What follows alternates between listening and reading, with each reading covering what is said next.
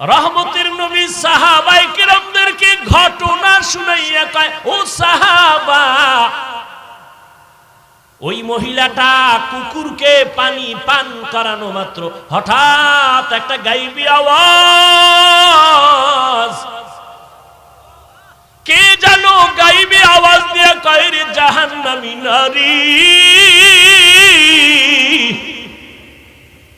তোমার জীবনে যত খারাপ আমল করেছো, কুকুরটাকে তুমি কলিজা দিয়া পানি পান করাইছো একমাত্র নিরেট ভাবে কাউকে দেখানোর জন্য না।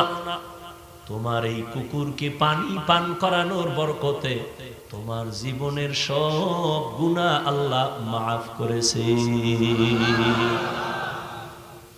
আতিনা ফি দারে দুনিয়া না হাসান, আতিনা ফি দারে উকবা না হাসান, ইয়া গিয়াসাল মুস্তাগীসিন ইহদিনা লিফতিখারা বিল উলুমি ওয়াল গিনা।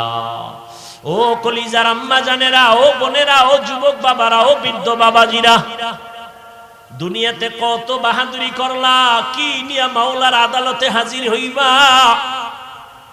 জীবনে টাকা পাইলা, বাড়ি পাইলা, গাড়ি পাইলা, বউ পাইলা, সন্তান পাইলা, দোকান পাইলা, ব্যবসা পাইলা, চাকরি পাইলা, সম্মানের চেয়ার পাইলা, টাকা পাইলা, কিন্তু একবারও কি চিন্তা করেছো এগুলো কিছু আমার সঙ্গে যাবে না?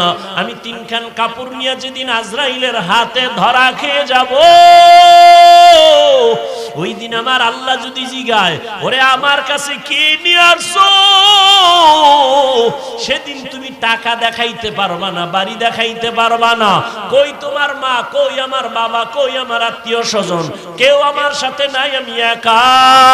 যদি বান্দা আমার রবের আপন বানাইয়া যাও, আর অন্ধকার কবরে যাওয়ার পরে যখন প্রশ্ন করা হবে, রবের পরিচয় দাও, ধর্মের পরিচয় দাও, রাহমাতুল লিল আলামিনের পরিচয় দাও, আমার আল্লাহ পাক জবাব দিয়ে বলবে, ফেরেশতা এরে আর ডিস্টার্ব করিস না, এ আমার মুহাব্বতের গোলাম, জান্নাতের সাথে রাস্তা বানাইয়া দাও, বিছানা দিয়া দাও, আমার বান্দা আরামে ঘুমাবে, কিয়ামত পর্যন্ত কেউ যেন ডিস্টার্ব না করে।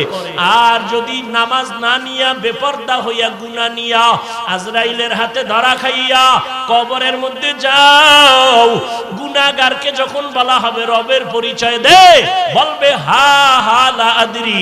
আর ধর্মের পরিচয় দাও, গুনাহগার বলবে হা হা লা আদরি, আফসোস আফসোস আমি কিছুই জানি না। ওরে রহমতের নবীরে চিনোনি? কয় না, আমি চিনি না, আমি তো রহমতের নবীরে কখনো দেখি নাই, তার সুন্নতের আমলও করি নাই, আমি হতভাগা। তখন নবী বলেন, আল্লাহ গায়বী আওয়াজ দিয়ে বলবেন, ও কবরের ফেরেশতারা, এই নাফরমানের আর সুযোগ দিও না। আমি দুনিয়াতে কম সুযোগ দেই নাই, আমার দেয়া সূর্যের আলো, চাঁদের আলো, আমার দেওয়া ফল ফ্রুট খাইলো, শুকর আদায় করে নাই, নদীর মাছ খাইয়া শুকর আদায় করে নাই, আজকে ওরে আর ছাড় দেওয়া যাবে না। জাহান্নামের রাস্তা খুলিয়া কবরটাকে জাহান্নামের আগুন দিয়া ভরে দাও। আল্লাহ বলবেন, ও কবরের মাটি, এই নাফরমান গুনাহগারের দুই পার্শ্ব থেকে জোরে জোরে চাপ দাও। এত জোরে মাটির চাপ, ও আল্লাহর বান্দার একটু চিন্তা করো। আরে দুনিয়াতে গরম সহ্য করতে পারি না, একটা মশার কামড় সইতে পারি না, একটা বেতের বাড়ি সইতে পারি না, গুনাহ নিয়ে গেলে কবরের মাটির চাপ কেমনে সহ্য করবা? এই চিন্তা করে করে সাহাবায়ে কেরামের সারা জীবনের কান্না, কান্না আর কান্না। আবু বকর নামাজে দাঁড়ায় কাঁদেন, ও মালিক, তোমার আদালতে কেমনে দাঁড়াবো? আরে আমার নবী, যে নবীর কোনো গুনাহ নাই, আম্মা জান আয়েশা রাদিয়াল্লাহু তাআলা আনহা বলেন, একদিন দেখি নবী আমার রুমে বৈশা গুনগুন করে কান্না করেন। আমি জিজ্ঞাসা করলাম, ইয়া রাসূলুল্লাহ, আমার রুমে বসে আপনি কান্না করেন কেন? নবী বলেন, আয়েশা, হাসরের ময়দানে আমার উম্মতের কি উপায় হবে সেই কারণে কাঁদতেছি। কেন ইয়া রাসূলুল্লাহ? নবী বলেন, হাসরের মাঠটা হবে বড় ভয়ঙ্কর মাঠ। হাসরের ময়দানটা এমন ভয়ঙ্কর, একদিকে সূর্যের গরম, অন্যদিকে জাহান্নামের আওয়াজ। আবার আমার আল্লাহ রাগান্বিত আওয়াজ দিবেন আর বলবেন লিমানিল মুলকুল ইয়াউম লিল্লাহিল ওয়াহিদিল কাহ্হার। আল্লাহ পাকের কুদরতি রাগান্বিত আওয়াজে হাসরের মাঠ থরথর করে কেঁপে উঠবে। ও আয়েশা, এমন হালাত হবে নবীরা পর্যন্ত কান্নার আওয়াজ। মুসা নবী কাঁদবেন, আল্লাহ আমাকে বাঁচাও। ঈসা নবী কাঁদবেন, আমাকে বাঁচাও। মুসা নবী কাঁদবেন, ইব্রাহিম নবী কাঁদবেন, আমারে বাঁচাও। নবী বলেন তখন আমি সিজদায় পড়ে যাব, উম্মতেরা সব নবীর থেকে ফিরে ফিরে আমার কাছে আসবে।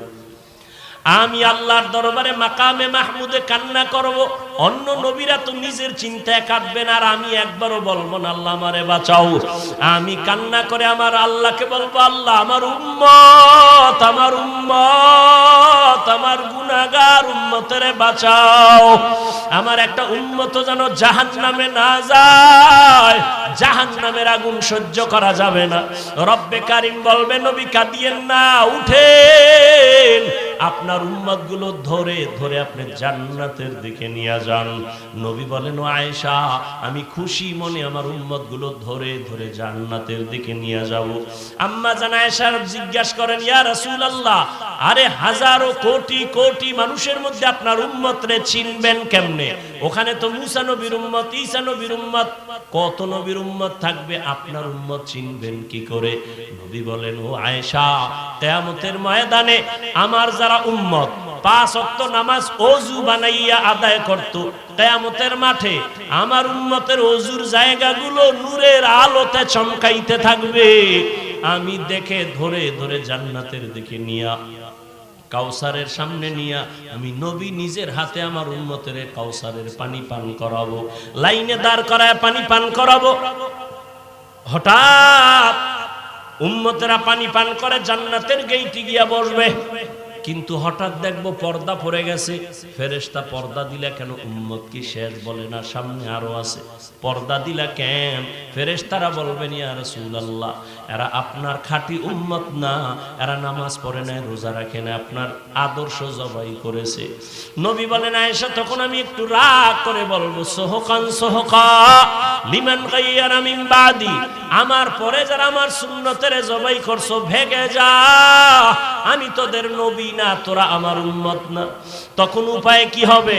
ও এলাকার মুসলমান, ও যুবক, ও বৃদ্ধ বাবাজি, ও মা বোনেরা, জানি না ওই দিন আল্লাহর নবী যদি তাড়ায় দেন, আমার আল্লাহ গাইবি আওয়াজ দিয়া বলবে, ফেরেশতারা এই বেনামাজি গুলোরে ধর, জাহান্নামের শিকল লাগায়া টেনে টেনে জাহান্নামের দিকে নিয়ে যাও।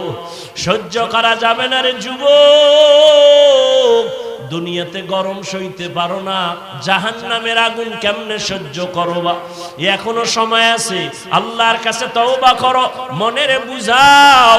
তোমার মতো কত যুবক স্কুল কলেজে পড়ে নামাজ ছাড়ে না, চাকরি করে নামাজ ছাড়ে না, ব্যবসা করে নামাজ ছাড়ে না, গাড়ি চালায় নামাজ ছাড়ে না। তুমি কেন পারো না রে বাবা? এখনো সময় আছে, তওবা করো, মনেরে বুঝাও রে মন। আমার মতো যুবক স্কুল কলেজে পড়িয়েও যদি নামাজ পড়ে, আমি কেন পারবো না? আমার মতো যুবক যদি মাছ ধরে নামাজ পড়ে, আমি কেন পারবো না? আমার মতো যুবক চাকরি করে, ব্যবসা করে, গাড়ি চালায়, নামাজ ছাড়ে না, আমি কেন পারি না? আল্লাহ, তুমি আমাকে মাফ করে দাও, আজকে গুনাহ নিয়ে বাসায় যাব না। তওবার নিয়ত করে মনে মনে আমার আল্লাহকে বলো, হে আল্লাহ, এই ময়দানে আমার মতো গুনাহগার কেউ নাই। ও আল্লাহ, জীবনে কোনো নেক আমল করতে পারি নাই, আজকে থেকে তওবা করলাম। মা বাবার দোয়া নিয়ে চলবো, বেয়াদবি করব না। শিক্ষকদের দোয়া নিয়ে, ওলামায়ে কেরামের পরামর্শ দোয়া নিয়ে নবীর তরিকা মেনে চলবো। আর নামাজ ছাড়বো না, দাড়ি কাটবো না, বেপরদায় চলবো না, মা বাবার সাথে বেয়াদবি করব না, শিক্ষক মুরব্বীদের সাথে বেয়াদবি করব না, ওলামায়ে কেরামের পরামর্শ নিয়ে নবীর তরিকা মেনে চলবো, নামাজ পড়বো। তওবার নিয়ত যদি থাকে, অন্তরে যদি কোনো মুনাফিকি না থাকে, ও পর্দার আড়ালের আম্মা জানেরা, বোনেরা, আপনার মতো কত মা নামাজ পড়ে, পর্দা করে, স্বামীর মাল নষ্ট করে না, মোবাইলে সময় নষ্ট করে না। আপনারা কেন পারেন না? তওবা করে নেন। ও বাবাজিরা, আপনার মতো কত